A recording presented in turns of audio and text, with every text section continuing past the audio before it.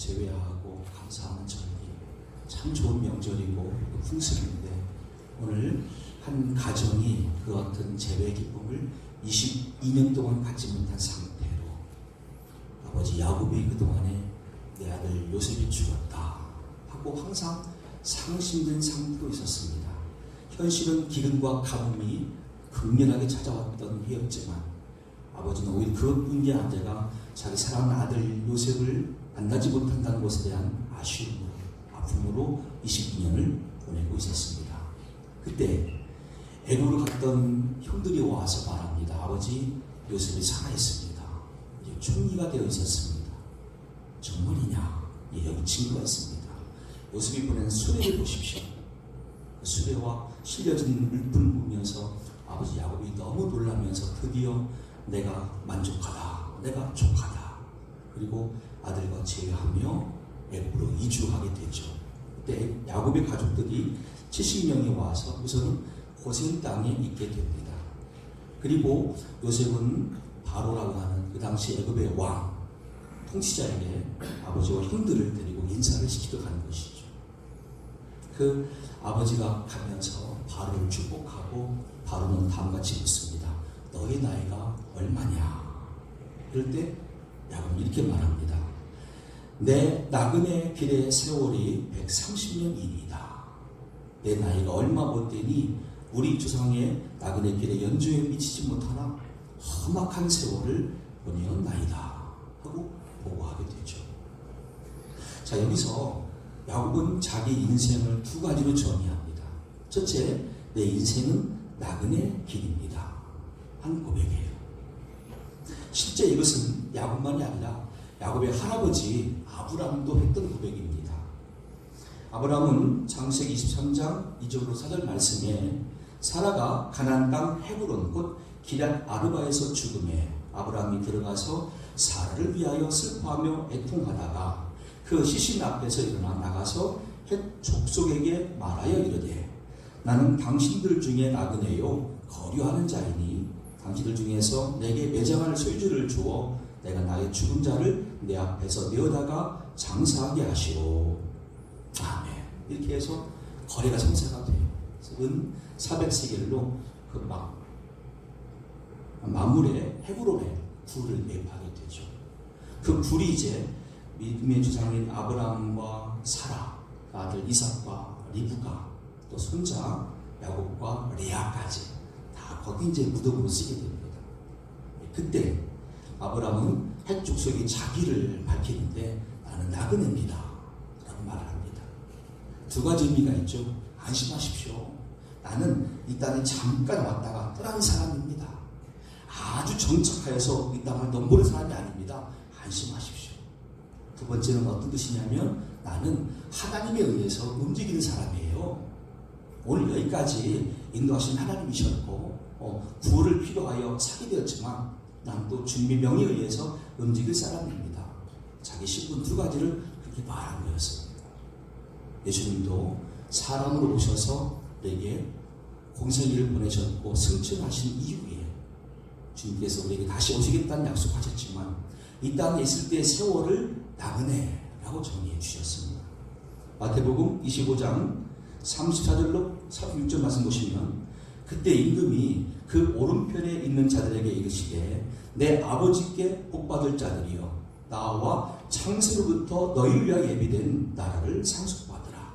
내가 줄일 때에 너희가 먹을 것을 주었고 목마를 때에 마시게 하였고 나그네 되었을 때에 영접하였고 헐 벗었을 때에 옷을 입혔고 병들었을 때에 돌보았고 옥에 갇혔을 때에 모아서 보았느니라.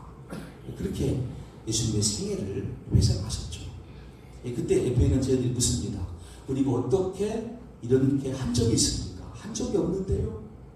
주님 말씀하세요. 너희 중에 있는 가장 약한 자, 가장 작은 자 하나에게 한 것이 곧 나에게 대하여 한 것이라. 천국은 이런 자의 것이다 하고 말씀하십니다. 이 땅의 공생의 생애를 그래서 나그네로 말씀하셨어요. 또한 예수를 믿고 구원받은 모든 성도들을 성경은 나그네라고 정의합니다. 베드로전서 1장 17절 말씀에도 외모로 보시지 않고 각 사람의 행위대로 심판하시는 일을 너희가 아버지라 부른즉 너희가 나그네로 있을 때를 두려움으로 지내라. 아멘. 왜 그럴까요? 정말 글자 그대로 나그네라는 것은 정처 없이 떠도는 인생이죠. 한 곳에 내가 이곳은 나의 땅이고 이건 영원한 기업입니다 라고 말할 수가 없다는 거예요. 왜? 나그네니까 주인의 명에 움직여야 돼요. 우리가 이동한 존재라는 것이죠. 베드로전서 2장 11절입니다. 사랑하는 자들아 거류민과 나그네 같은 너희를 권하노니 영혼을 거슬러 싸우는 육체의 정욕을 제어하라. 아멘. 그러니까 이 땅에 존재하는 동안에 우리 신분이 나그네이니까 천국 백성이지만 본향은 천국에 있지만 이 땅에 잠깐 옮겨온 사람들이니까 이 땅에 살면서도 천국 시민된 성품과 삶의 모습을 잊지 말라는 거예요. 육체의 정욕을 이기라는 말씀이시죠. 그렇게 우리의 정체성을 나그네로 규정하셨어요. 자, 이제 이 자리에 모신 사람 여러분께 전 우주적인 유일한 팩트 한 가지를 알려드립니다. 믿는 자든 믿지 않는 자든 이 땅에 존재하는 모든 사람들, 모든 인생들은 나그네라고 하나님 보십니다. 우리는 나그네입니다. 하지만 우리의 본향은 천국이고 잠깐 지구상에 있는 각 나라에 흩어져 살고 있는 것뿐이며 다시 돌아갈 본향도 천국인 줄로 믿으시기를 축원합니다. 천국 갈 준비가 된 믿음의 성도들, 그것이 바로 아브라함, 이삭, 야곱, 그 뒤에 있는 저 여러분 되시기를 간절히 소망합니다. 자, 오늘 야곱은 두 번째로 자기 인생을 고백합니다. 그런데 나는 험악한 세월을 보내었사 라는 고백을 잊지 않죠. 험악한 세월을 보냈다. 왜 이렇게 자기의 130년을 추억했을까요? 제가 몇 가지만 줄여서 살펴드리겠습니다. 왜 이렇게 고백하게 되었는지. 첫째는 그가 맨 처음 복중에 형과 함께 있을 때에 누가 먼저 나올 것인가 막 싸웠어요. 결국 형이 먼저 에서가 나옵니다. 그런데 이 야곱은 뒤따라오면서 형의 발꿈치를 잡고 나오죠. 그 때문에 이름이 야곱이에요. 발 뒤꿈치를 잡다는 뜻이에요. 얼마나 욕심이 많을까요? 하지만 그들이 복중에 있을 때 하나님은 이삭에게, 아버지 이삭에게 이렇게 말씀한 적이 있습니다. 창세기 25장 21절 이하의 말씀에 이삭이 그의 아내가 임신하지 못함으로 그를 위하여 여호와께 간구하매 여호와께서 그의 간구를 들으셨으므로 그의 아내 리브가가 임신하였더니 그 아들들이 그의 태 속에서 서로 싸우는지라 그가 이르되 이럴 경우에는 내가 어찌할꼬 하고 가서 여호와께 묻자온데 여호와께서 그에게 이르시되 두 국민이 내 태중에 있구나 두 민족이 내 복중에서부터 나누이리라 이 족속이 저 족속보다 강하겠고 큰 자가 어린 자를 섬기리라 하셨더라. 아멘. 자, 이 말씀을 이삭과 리브가가 들었습니다. 그리고 태어난 아들들에게 가르쳤겠죠. 너희들이 복중에 있을 때 하나님 이렇게 말씀하셨다. 그 말씀을 들은 야곱이라면 형 에서의 장자권을 팥죽 한 그릇에 살 필요가 없었어요. 형 에서를 내가 속이면서 그 모습을 딱 담고 염소 가죽을 입고 형이 준비해야 될 변미를 엄마를 통해서 대신 얻고 목소리를 변조해서 나아가 아버지로부터 축복받을 일이 없었어요. 사실 그럴 일이가 없습니다. 근데 이 말씀을 놓친 야곱이죠. 오직 자기의 본능대로 욕심대로 살아가는 야곱이었어요. 그 결과 형 에서가 자기가 정작 받아야 될 장자의 축복권을 동생이 가로챈 것에 대한 노여움 때문에 동생을 죽이려고 쫓아옵니다. 동생은 도망치면서 집을 강제로 나가야 됐고요. 다시는 그 아버지 이삭과 어머니 리브가를 볼 수가 없었어요. 그러니까 죽을 때까지. 심지어 부모님의 임종도 지켜보지 못했어요. 가족 간의 재회, 가족 간의 만남, 명절에 이런 은혜가 없었어요. 그런 도망자의 신세가 되는 거예요.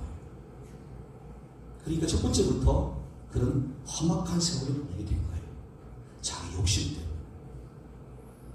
두 번째는 자신이 하란에 있는 곳에 갔다가 외삼촌 집입니다. 거기 있는 두 딸들을 보았는데 동생 라헬을 보는 순간 사랑의 감정이 막 올라옵니다. 너무 예쁘기 때문에 그 라헬을 아내로 얻고자 자원합니다. 내가 7년 봉사하겠습니다. 이 가정의 종이 되겠습니다. 근데 정작 외삼촌 라반은 바로 라헬을 준 게 아니라 큰딸 언니가 되는 레아를 보내죠. 결국 레아를 얻고 두 번째 라헬을 얻기 위해서 또 7년을 자원봉사를 해야 돼요. 14년 우리 봉사하는 종이 돼요. 그 사이가 어떻게 됐을까요? 언니와 동생 사이에 수없이 많은 질투와 전쟁이 벌어집니다. 그러니까 자기 야곱 혼자, 남자로서 혼자인데 두 아내가 있고요. 또 두 아내가 데려온 몸종들이 있어요. 4명의 아내들 사이사이를 아내들의 명예에서 오늘은 어느 잠자리를 가야 되나 할 만큼 몸은 지치고 마음은 따로 있는 그런 상태를 보내게 돼요. 결코 행복할 수가 없는 거죠. 결국 그런 가운데에 라헬이 사랑과 총애를 받는 가운데 언니 레아는 하나님께 공의의 은혜를 경험합니다. 자신과 자신이 데려온 몸종을 통해서는 8남 1녀가 태어나요. 그리고 라헬을 통해서는 정작 두 아들이 전부입니다. 자, 그렇게 집안에 치열한 싸움이 있고 갈등 속에 있는 불완전한 형태를 두 번째 험악한 세월로 표현했어요. 세 번째는 그렇게 14년을 넘기면 많은 시간 속에 외삼촌 라반의 집에서 종으로 있던 그가 하나님의 은혜로 큰 거부가 됩니다. 하지만 그의 부를 시샘하는 라반의 아들들의 이런저런 어려움이 겹치게 되죠. 창세기 31장 1절 이하의 말씀에 야곱이 라반의 아들들이 하는 말을 들은즉 야곱이 우리 아버지의 소유를 다 빼앗고 우리 아버지의 소유로 말미암아 이 모든 재물을 모았다 하는지라. 야곱이 라반의 안색을 본즉 자기에게 대하여 전과 같지 아니하더라. 여호와께서 야곱에게 이르시되 내 조상의 땅 내 족속에게로 돌아가라. 내가 너와 함께 있으리라 하신지라. 13절에 나는 베델의 하나님이다. 네가 거기서 기둥에 기름을 붓고 거기서 내게 서원하였으니 지금 일어나 이곳을 떠나서 내 출생지로 돌아가라 하셨느니라. 아멘. 그렇게 해서 외삼촌 라반의 허락도 얻고 결국 다 떠나게 됩니다. 드디어 가나안 땅으로 돌아가자. 출발은 좋았어요. 근데 정작 형 예서를 만나 화해를 앞둔 시점에는 너무나 마음이 불안한 것이죠. 그러므로 자기가 아니라 우선은 종들을 보내고 소, 양, 염소 모든 목축을 다 먼저 보내고 그 다음에 아내들과 아이들을 먼저 보내요. 자기는 넘어가지 않아요. 그게 야곡강 나루예요. 거기서 밤새 고민합니다. 내가 넘어가야 되는지 이곳에 계속 있어야 되는지. 그때 하나님께서는 천사를 보내십니다. 그 천사와 함께 야곱이 밤새 신음합니다. 그리고 날이 먼동이 트는 가운데 천사가 떠나려고 할 그쯤에 너희는 무엇이냐? 나 야곱이요. 그래, 너 이제부터 이스라엘이라 하라. 그 뜻은 무엇이냐면 사람이 하나님과 겨루어 이겼다는 뜻입니다. 굉장한 이름이죠. 그리고는 야곱의 골반뼈를 딱 치면서 너 이겼다. 천사가 떠나게 돼요. 그때 그 승리를 확신하고 야곱 드디어 강을 건넙니다. 그 강 이름을, 그 강 주변의 땅 이름을 분이엘이라 부르죠. 자, 올라갔더니 예서는 정말로 화해의 모습으로 동생을 품에 안습니다. 우리 함께 살자 권유합니다. 동생 말합니다. 우리 집에 아직은 어린아이들이 있다 보니까 지금 당장은 합류 못할 것이고 얼마가 시간을 주십시오. 그렇게 해서 시간을 벌었으면 하나님의 말씀대로 베델로 가야 되는데 아니었어요. 오히려 세겜 땅에 가서 거기서 땅을 사요. 그때 문제가 벌어지죠. 하나님은 베델로 내려가라 말씀하시는데 본인은 이 많은 무리를 인하여서 오히려 세겜 땅의 정치적 목적으로 땅을 산 가운데 첫 번째 사건이 벌어집니다. 외동딸 디나가 그 땅의 추장의 아들에게 성폭행을 당해요. 그의 오빠들 시몬과 레이가 불같이 화를 냅니다. 그래서 지어나기를 그러면 좋습니다.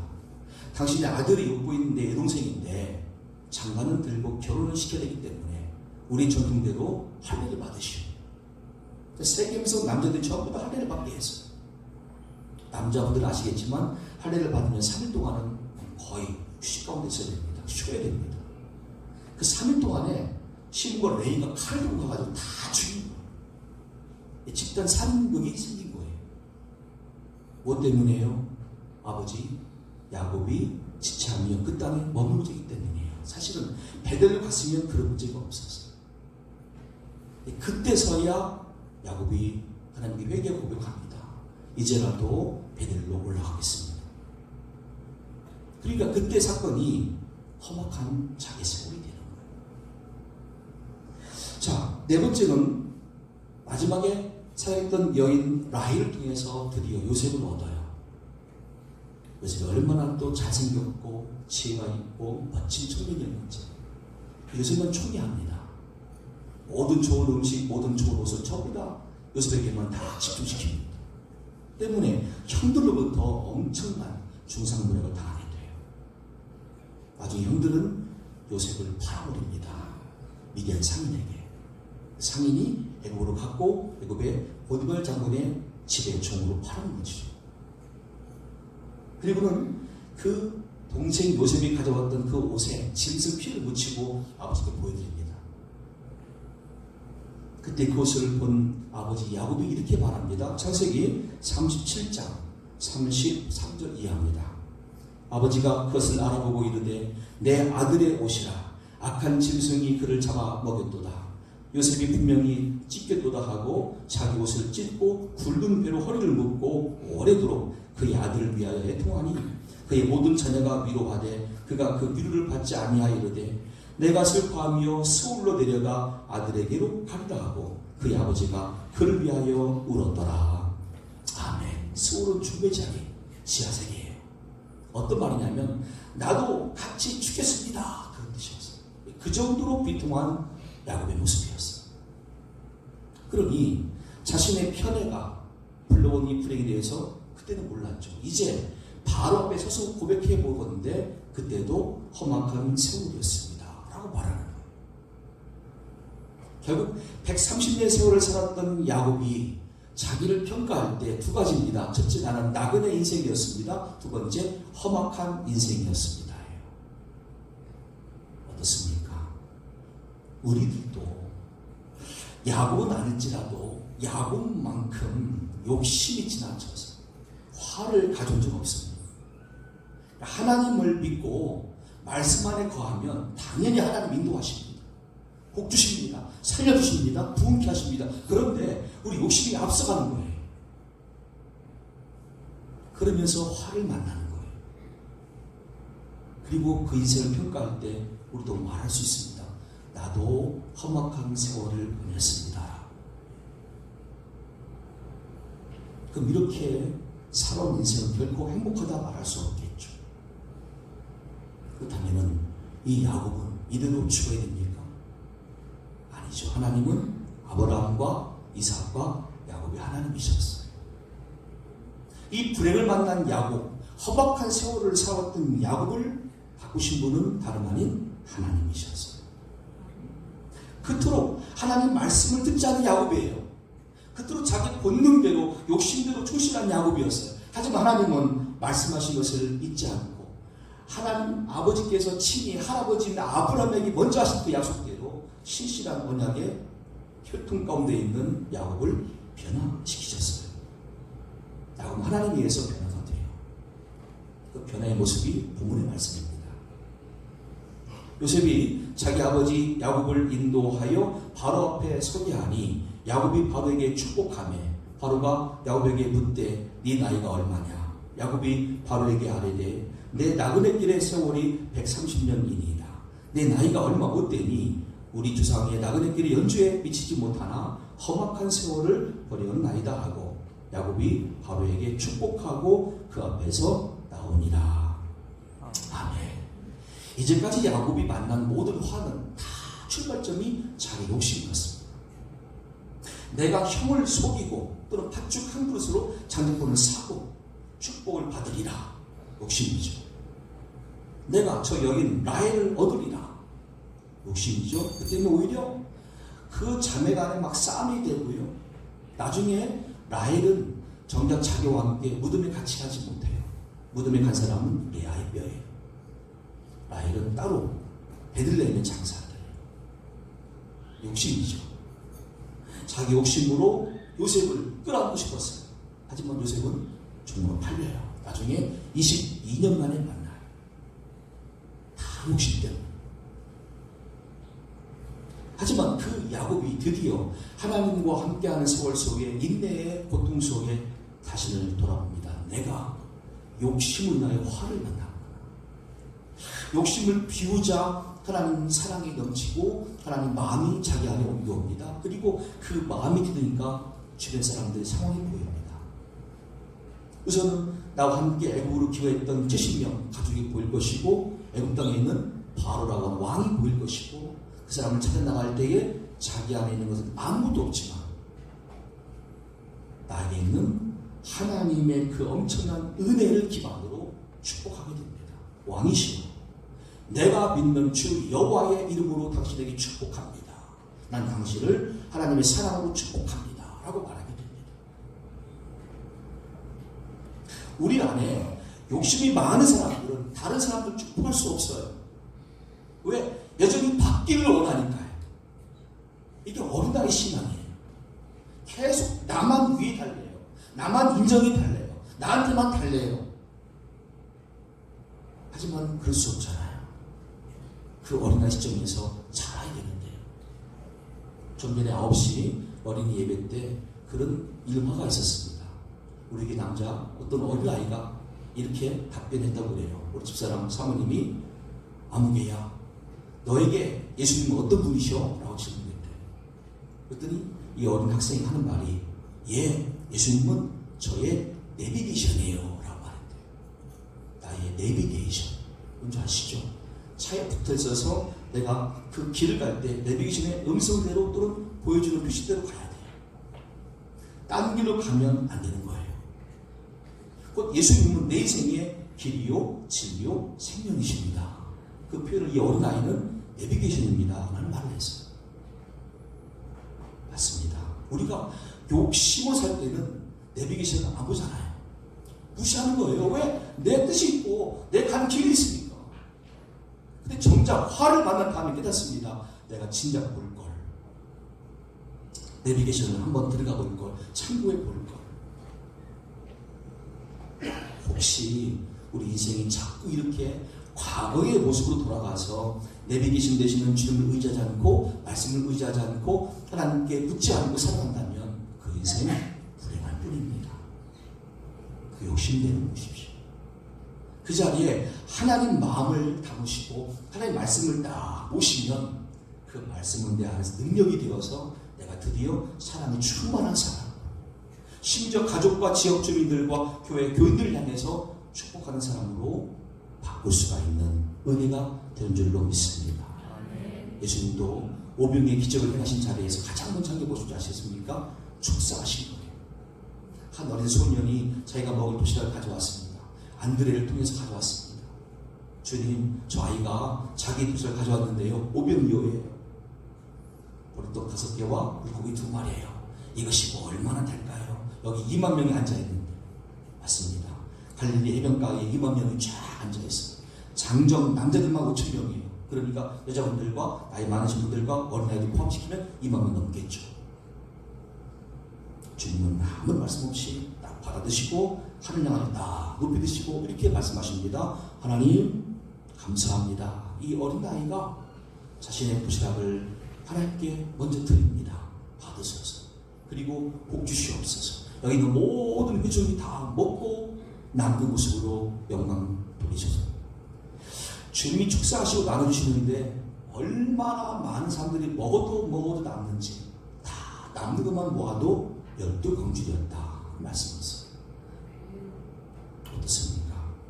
내가 내 인생 욕심으로 산다고 한다면 불행할 뿐이고 험악한 세월을 보낸 것 뿐입니다. 그런데 하나님을 의지하고 말씀을 의지하고 순종만 하면 말씀하신 하나님이 우리를 다 온전히 치유하사 믿음 안에서 승리하는 길로 인도할 줄로 믿습니다. 이 은혜가 여러분께 임할 수 있기를 간절히 축원합니다. 두 번째로 야곱은 드디어 나의 본향이 어딘지를 알게 돼요. 오늘 본문에 이어지는 아래 내용 보시면 창세기 47장 28절로 31절입니다. 야곱이 애굽 땅에 17년을 거주하였으니 그의 나이가 147세라. 이스라엘이 죽을 날이 가까우매 그의 아들 요셉을 불러 그에게 이르되 이제 내가 너에게 은혜를 입었거든 청하노니 네 손을 내 허벅지 아래에 넣고 인내와 성실함으로 내게 행하여 애굽에 나를 장사하지 아니하도록 하라. 내가 주상들과 함께 눕거든 너는 나를 애굽에서 메어다가 주상의 묘지에 장사하라. 요셉이 이르되 내가 아버지의 말씀대로 행하리이다. 야곱이 또 이르되 내게 맹세하라 하매 그가 맹세하니 이스라엘이 침상머리에서 하나님께 경배하니라. 아멘. 예, 내가 내 욕심껏 살아갔는데 남는 게 뭐죠? 허무뿐이었고 허무한 세월뿐이었어요. 이제 자기의 본향인 가나안 땅에 묻히기를 원하는 거예요. 지금도 이스라엘을 관광하신 분들은 아시겠습니다만 실제 지금 이스라엘도 또 제가 가봤던 1900년대 이스라엘도 지금 야곱이 말하는 그 이스라엘 사실은요 똑같아요. 광야 사막 기후에 갈릴리 호수 그 밑으로 흐르는 요단강 엔네게 골짜기 몇 군데 말고는 물이 없어요. 거의 다 광야 사막 기후예요. 뭐가 아름다워요? 뭐가 적과 꿀이 흐른다? 이런 표현이 어떻게 가능하죠? 아니에요. 처음 가면 실망할 거예요. 그런데 야곱이 하나님을 경배하다라는 말씀을 하는 만큼 야곱은 가나안 땅을 어떻게 인식했냐면 비록 그 땅은 눈에 보이는 것은 광야 같고 사막기 같은 모습이지만 하나님이 약속하신 땅이고 하나님이 그곳에 계시니 나는 하나님을 경배하는 백성으로 그 땅을 적과 꿀이 흐르는 땅이라고 인식합니다. 그 땅은 하나님이 함께 하시니 그렇게 나는 인식합니다. 하는 고백이 되는 거죠. 우리가 살아가는 2020년 현실을 바라보십시오. 호주 산불은 지금까지 계속 타오르고 있잖아요.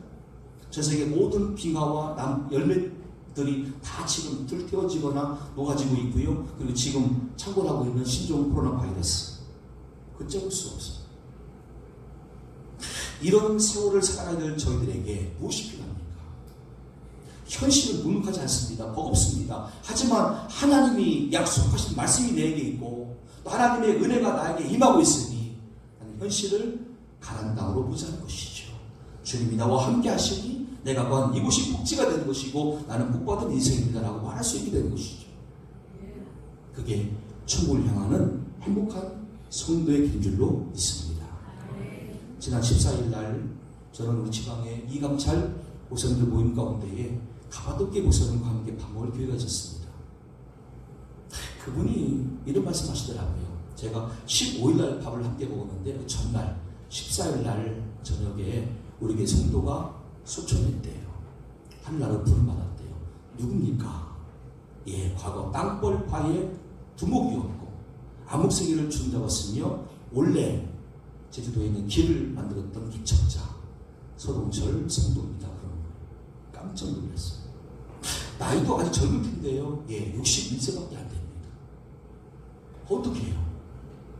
예, 지병이 있었는데요. 하나님의 부르심이죠. 자, 서울신문에서 사회면에 그렇게 기사를 실었더라고요. 물론 서울신문 기사에서는 저분이 성도라고 하는 말은 없었어요. 근데 저는 실제 목사님과 만나서 대화 중에 들은 얘기니까 이제 들려드립니다. 가파도끼 여러분들 1년에 한 번 가시잖아요. 맨 앞자리에 저분이 와서 예배를 드린대요.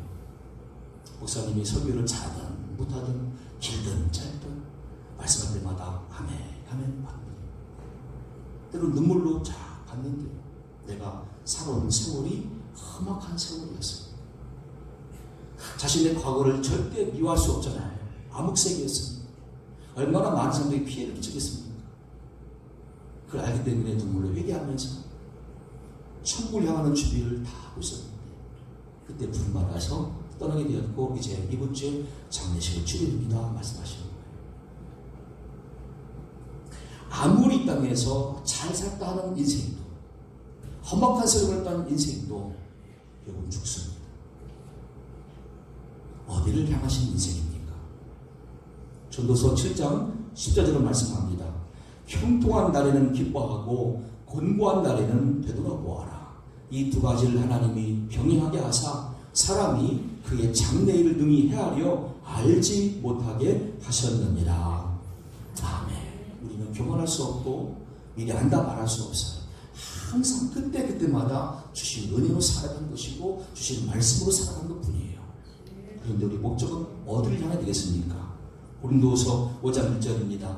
만일 땅에 있는 우리의 장막집이 무너지면 하나님께서 지으신 집 곧 손으로 지은 것이 아니요 하늘에 있는 영원한 집이 우리에게 있는 줄 아느니라. 아멘. 천국이 우리의 본향이고 목적지가 되는 줄로 믿습니다. 히브리서 11장 16절입니다.